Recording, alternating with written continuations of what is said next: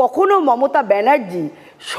সমান চোখে দেখার দৃষ্টিতে, অর্থাৎ যে এই ধরনের যে বিশেষ সম্প্রদায়ের প্রতি এই যে কলকাতার মেয়রের বিশেষ টান বা বিশেষ তাদেরকে পার্থক্য হিসাবে দেখা এবং হিন্দুদের দাওয়াতে ইসলাম দিয়ে পশ্চিমবঙ্গের যে অনুপ্রবেশকারীদের যে রমরমা বা যে বিভাজনের রাজনীতি প্রথমেই আমরা দেখেছি যে ইমাম ভাতা দিয়ে শুরু করেছিলেন, সেই পার্থক্যটা ধীরে ধীরে পশ্চিমবঙ্গ মানুষের কাছে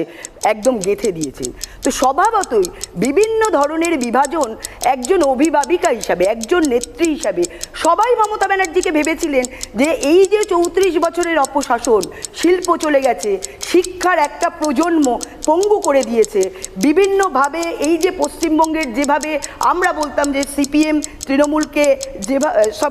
সিপিএম মুসলিমকে যেভাবে তোষণ করে অন্তত মমতা ব্যানার্জি করবেন না, আমরা দেখলাম এই তৃণমূল বামফ্রন্টের আরও উন্নত ছাত্রী, অর্থাৎ তৃণমূলের মেধাবী ছাত্রী এই তৃণমূল, সেই হিসাবেই মানুষ মেনে নিলেন এবং আগামী দিনে দেখলেন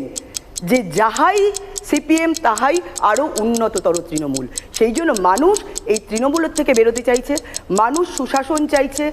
মানুষ এই পশ্চিমবঙ্গবাসী হিসাবে সবাইকে সমান চোখে দেখে সুশাসন, নারীদের সুরক্ষা, যুবকদের চাকরি এবং যেভাবে বোমাগুলির ঝনঝনানি একের পর এক এখানে আমরা শিল্প বলতে বোম শিল্প, আমরা সেই দিকে যেটা